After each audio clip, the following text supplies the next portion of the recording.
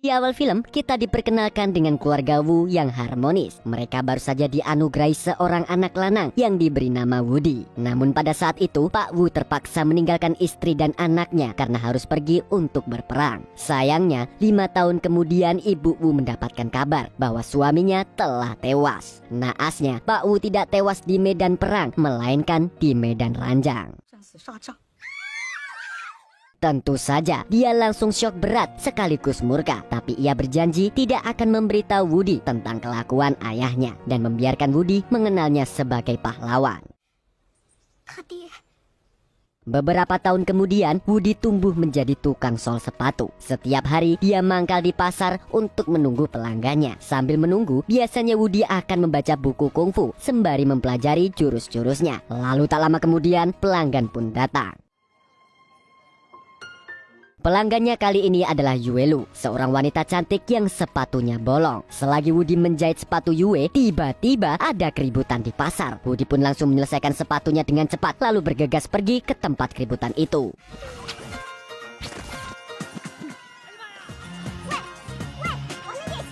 Tapi ternyata tidak ada yang ribut di sana. Kegaduhan tadi hanyalah gimmick dari klinik herbal yang sedang menjual obat sariawan.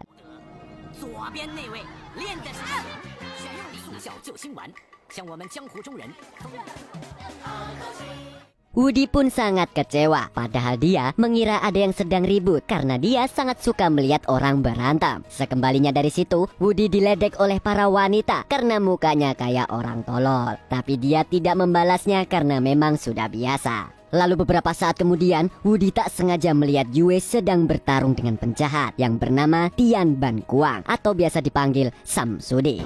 Tenan. Rupa-rupanya Yue adalah seorang pendekar yang ahli memainkan pedang. Grup silatmu mah gak ada apa-apanya ini.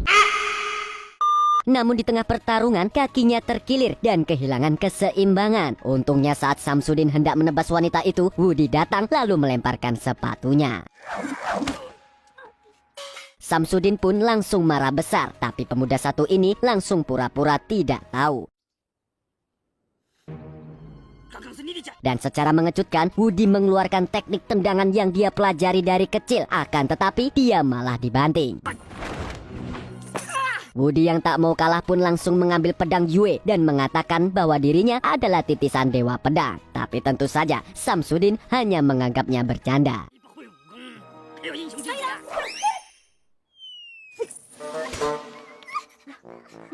Sudah tidak tahan melihat tingkah tolol Woody, Samsudin pun memutuskan untuk membunuhnya. Namun tak disangka, ada sebuah bola besi misterius yang melesat dan akhirnya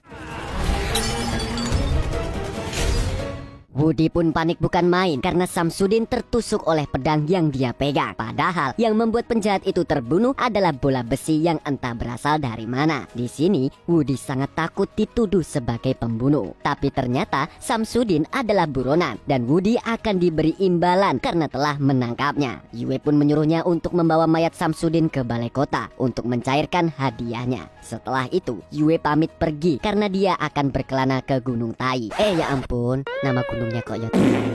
Malam harinya kita diperkenalkan dengan Raja Wong dan penasihatnya yang bernama Kasim. Di sini sang raja baru saja diberitahu bahwa Samsudin telah terbunuh oleh orang tak dikenal. Namun sebenarnya yang membunuh Samsudin adalah pembunuh utusan Kasim, yaitu Yang Guo atau biasa dipanggil Samidi.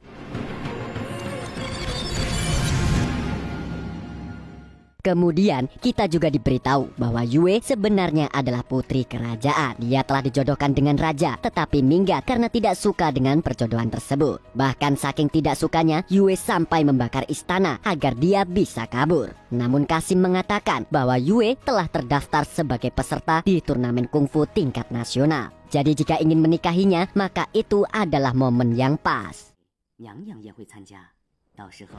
Di sisi lain kita juga diperkenalkan dengan seorang panglima yang sedang galau yang bernama Jenderal Li. Dan ternyata dia adalah ayah dari Woody yang sengaja memalsukan kematiannya dan mengabdi sepenuhnya pada kerajaan. Dia sebenarnya rindu pada Woody, tapi dia tidak mungkin bisa menemuinya lagi. Berbeda dengan ayahnya, Wudi justru sedang berbunga-bunga sembari membayangkan wajah Yue. Rupanya dia diam-diam menyukai gadis tersebut. Dia juga berharap bisa pergi ke Gunung Tai untuk menemuinya. Apalagi dia masih menyimpan sepatu milik Yue yang tertinggal. Namun beberapa saat kemudian ibunya datang sambil marah-marah. Semua itu karena dia mendengar berita bahwa Wudi telah membunuh Samsudin. Padahal ibunya telah melarang Wudi untuk belajar kungfu karena terlalu berbahaya. Dan dia tidak mau kehilangan satu-satunya keluarga yang dia miliki. Untuk memberi pelajaran, sang ibu pun mengurung Wudi di gudang.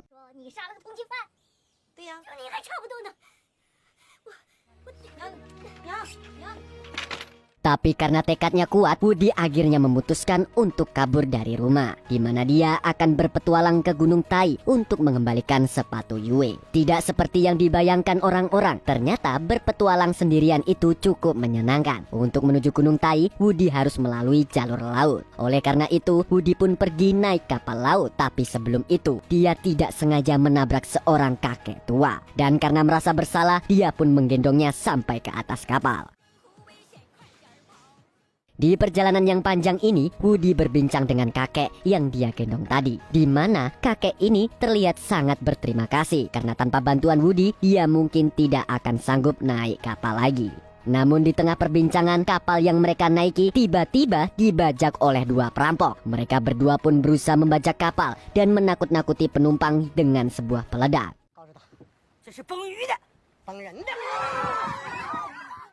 Karena takut dipalak, Wudi pun langsung menyembunyikan barang berharga termasuk sepatu Yue. Sayangnya, para perampok itu tetap memalak Wudi. Dan karena Wudi menolak, akhirnya Huang dan Jing pun mengajak duel kungfu. Karena mereka tahu pemuda letoy seperti Wudi akan mudah dikalahkan. Namun tak disangka-sangka, Wudi mampu menampol mereka dengan kakinya.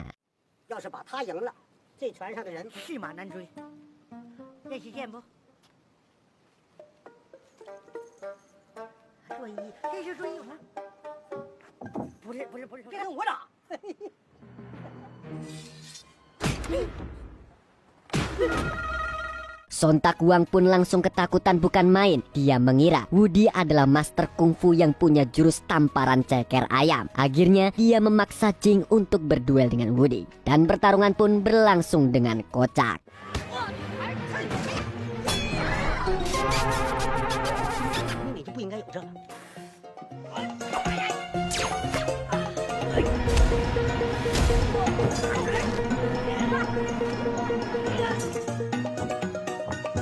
Melihat anak buahnya kocar-kacir, akhirnya Huang memutuskan untuk melawannya sendiri. Dia tidak tahu kalau Wudi sebenarnya dibantu oleh si kakek yang diam-diam menyalurkan tenaga dalamnya.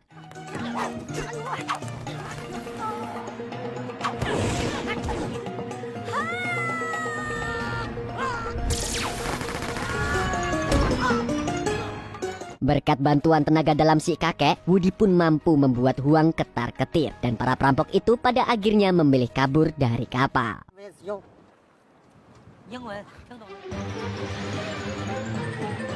Setelah mereka pergi, si kakek mendekati Wudi dan diam-diam menyalurkan tenaga dalam yang dia miliki. Dan selain itu, dia juga memberikan sebuah buku silat untuk dipelajari. Namun buku tersebut tidak memiliki gambar. Alhasil, Wudi yang tidak tertarik pun langsung membuangnya. Dia hanya ingin membaca buku yang ada gambarnya. Lalu tidak berselang lama, buku tersebut dipungut oleh seorang pendekar bernama Qian Wu. Dan tidak disangka-sangka itu adalah buku kungfu yang sangat langka dan diincar oleh banyak pendekar. Dengan kata lain, kakek tua tadi kemungkinan adalah seorang master kungfu legendaris. Setelah berlayar cukup lama, akhirnya Wudi sampai di daratan. Di sana, dia bertemu dengan wanita cantik yang kakinya pengkor. Sebut saja Ling Ling. Tapi ternyata dia hanya berpura-pura untuk mengelabui Wudi. Usut punya usut, dia adalah teman satu perguruan Samsudin yang mengira bahwa Wudi adalah bagian dari komplotan Samidi. Di tempat ini, Ling Ling dan adiknya berniat untuk meracuni Wudi untuk balas dendam. Beruntung, dia sudah kebal berkat kekuatan dari si kakek.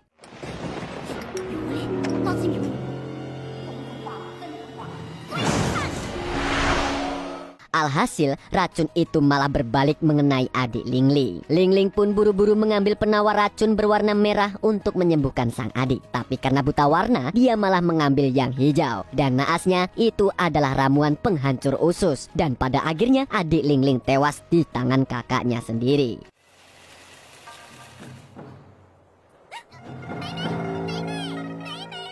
Melihat adiknya mati, Lingling pun menyalahkan Woody. Dia kemudian mengejar pemuda itu dan melemparkan sebuah pisau. Akan tetapi inilah yang terjadi.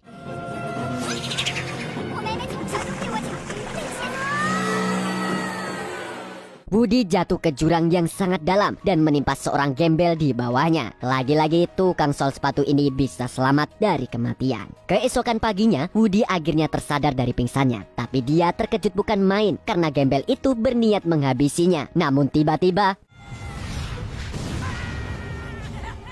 si gembel pun heran kenapa tenaga dalam Woody sangat kuat. Woody sendiri baru sadar kalau dia kini memiliki kekuatan tenaga dalam. Di sini si gembel langsung mengenali kalau kekuatan yang dimiliki Woody berasal dari si kakek, di mana dia adalah musuh bebuyutannya.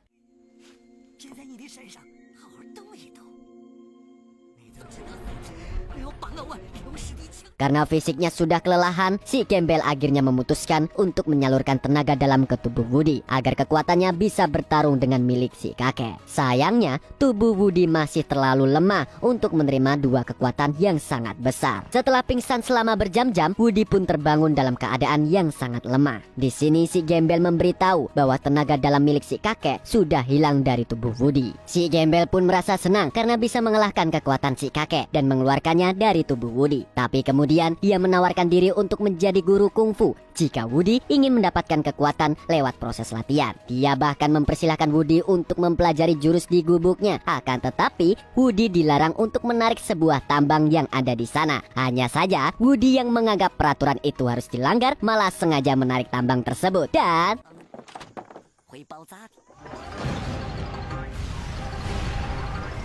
sontak si gembel pun langsung menendang Woody jauh-jauh karena gubuknya hancur berantakan.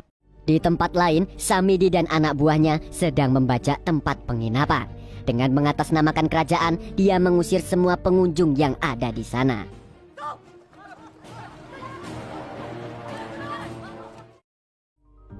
Malam harinya, Yue juga datang ke penginapan tersebut lalu meminta kamar VIP. Sementara itu, manajer penginapan yang biasa dipanggil Madam diminta menyiapkan makanan oleh Samidi. Rupanya, Madam adalah temannya Lingling yang ingin balas dendam kepada Samidi atas kematian Samsudin. Malam itu, dia meracuni arak mereka dan para pembunuh itu pun tewas seketika.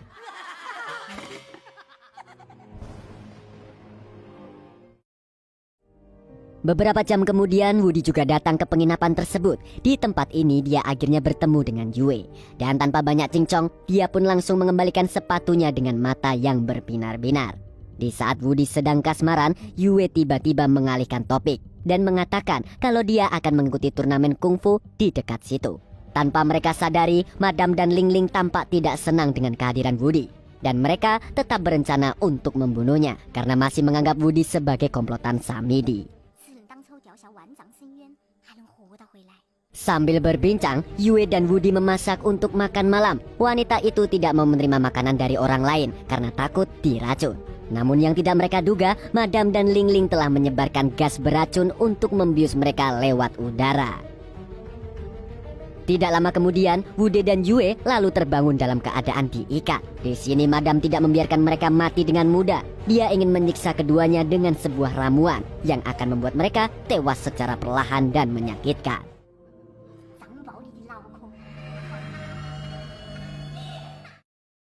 Namun anehnya, Woody dan Yue justru tidak merasakan apapun. Madam pun heran karena sebelumnya dia tidak pernah gagal meracuni orang. Tidak ada cara lain. Akhirnya Madam memutuskan untuk menyiksa mereka dengan pisau. Akan tetapi, Yue dengan santainya meledek tubuh si Madam yang agak gendutan. Bahkan dia juga memberikan tips-tips kecantikan dan senam poco-poco.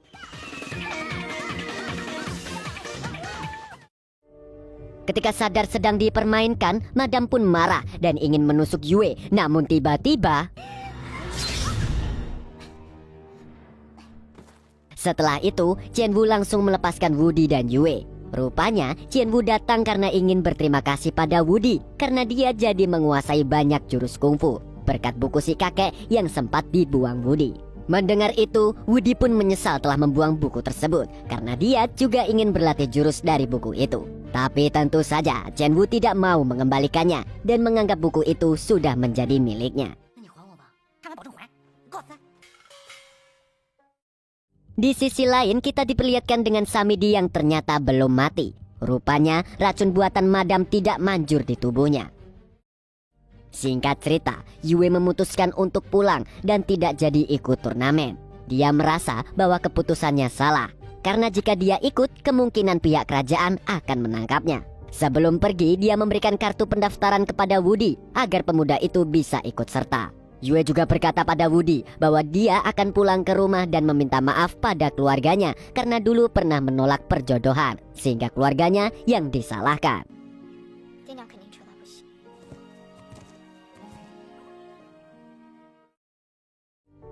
Tapi tak lama setelah kepergian Yue, Woody kembali melihat gadis yang sangat mirip dengan Yue di pasar. Gadis itu lalu mengajaknya ke tempat yang sepi sambil menggodanya. Tapi di tempat itu, si gadis tiba-tiba menunjukkan wajah aslinya. Dan ternyata dia bukanlah Yue, melainkan Ling Ling yang menggunakan topeng. Lalu ketika Woody masih tercengang, tiba-tiba ternyata Samidi memaksa Ling Ling untuk memancing Woody dengan sebuah imbalan. Tapi jamet ini sama sekali tidak mau menepati janji dan malah memiting leher Ling Ling. Namun setelah itu Woody tiba-tiba terbangun kembali. Rupanya leher tukang sol ini terlalu lentur untuk dipatahkan. Samidi yang kesal pun akhirnya mengurung Woody di penjara. Dan tak disangka-sangka di dalam penjara itu Woody bertemu lagi dengan dua perampok yang tidak lain adalah Wang dan Jing. Karena takut diajar lagi, dua perampok ini pun memperlakukan Woody seperti raja.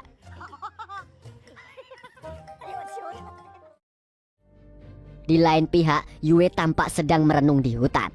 Tapi tidak berselang lama, ada sebuah anak panah yang melesat ke arahnya.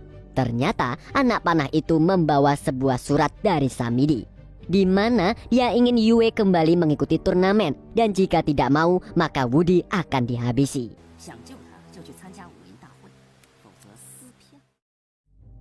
Di tempat lain, Raja Wong mendapatkan saran dari Kasim untuk datang ke turnamen. Jika sang raja berhasil membuat Yue terpesona, gadis itu pun pasti mau menikahinya.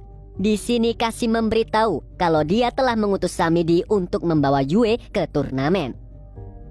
Namun setelahnya, Kasim dibuat kesal oleh Jenderal Li yang tiba-tiba ingin keluar dari istana. Di sini terungkap bahwa ayah Woody sebenarnya bukan seorang jenderal. Sekitar 20 tahun yang lalu, dia diperintahkan untuk menggantikan Jenderal Li yang meninggal saat bermain dengan para wanita di medan ranjang. Dia pun terpaksa meninggalkan Woody dan ibunya untuk melaksanakan perintah Kasim. Sejak saat itu, identitasnya pun berubah menjadi Jenderal Li. Dia juga rela nama baiknya tercoreng di mata sang istri. Dan kini saat dia hendak pensiun dari kerajaan, Kasim malah memberitahu bahwa Woody tengah disandra oleh Samidi. Alhasil, dia pun tidak bisa melakukan apa-apa.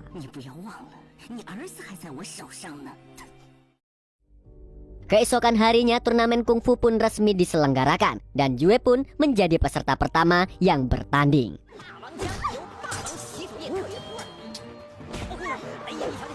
Di pertandingan ini, Samidi membantu Yue agar bisa menang, dan tentu saja dia melakukan itu atas perintah Kasim.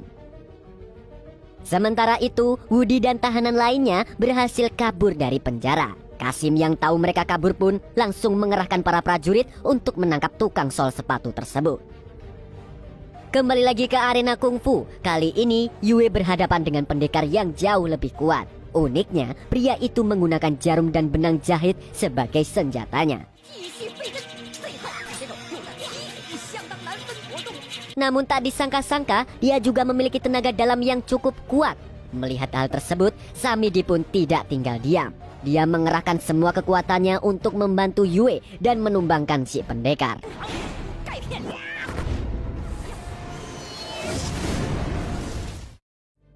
Di sisi lain, Woody dan dua perampok terlihat ingin pergi berlayar. Tapi tiba-tiba Wang dan Jing dipanah oleh pasukan kerajaan. Mereka yang sudah tak berdaya pun hanya bisa pasrah dan menyuruh Woody untuk kabur sendiri. Wang juga akan meledakkan bom di bawah air sehingga tukang sol sepatu itu bisa pergi dengan mudah.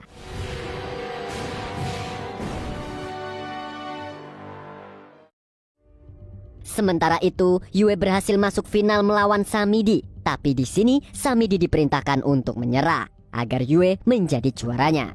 Semua ini telah diatur oleh Kasim agar Yue bisa mendapatkan hadiah cincin dari sang raja. Di sini Yue bingung harus bersikap bagaimana karena dia dulu pernah menolak perjodohan dengan sang raja. Namun saat berjalan mendekati singgasana, Yue tiba-tiba dirasuki jin oleh Samidi. Dan seketika gadis itu menggila dan langsung menyerang Raja Wong.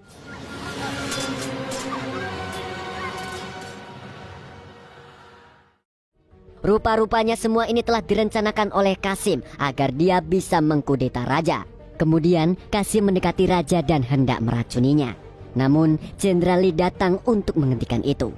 Sayangnya Kasim memiliki ilmu kungfu yang sangat overpower, sehingga Jenderal Li pun harus tewas di tangannya. Bahkan dia belum sempat melihat Wudi, anaknya yang kini sudah tumbuh dewasa. Lalu ketika Kasim hendak menghabisi Yue, tiba-tiba Wudi muncul dengan gagahnya untuk menolong gadis tersebut. Akan tetapi dia malah ditendang sampai mental ke pedesaan.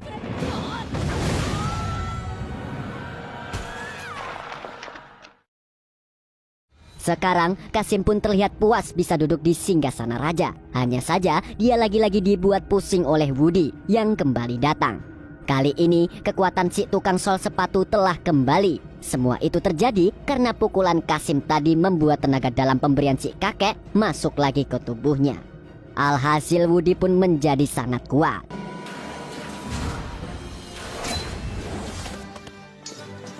Melihat kekuatan Wudi yang begitu overpower, Kasim dan ratusan pasukan pun main keroyokan kayak grup silat itu.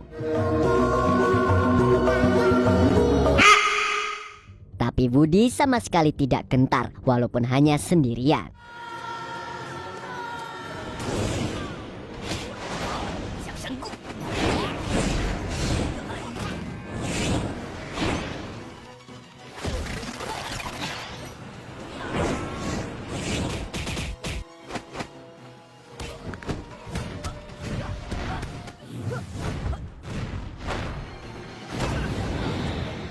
Karena asam muratnya kambuh, Kasim pun memutuskan untuk mengeluarkan jurus terakhirnya, yaitu jurus 1000 tombak. Sementara itu, Wudi menggunakan jurus pedang api.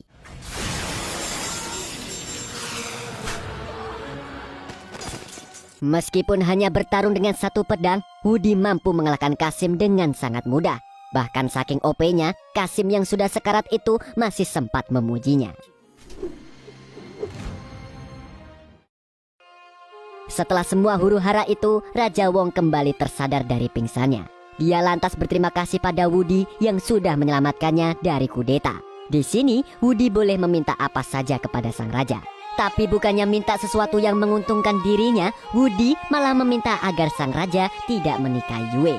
Mendengar itu, Yue pun langsung berpura-pura ingin menikah dengan raja. Hal itu dia lakukan karena tidak ingin berutang jasa kepada Wudi. Alhasil, Yue pun diangkat menjadi ratu, sedangkan Wudi memilih untuk tetap jadi tukang sol sepatu.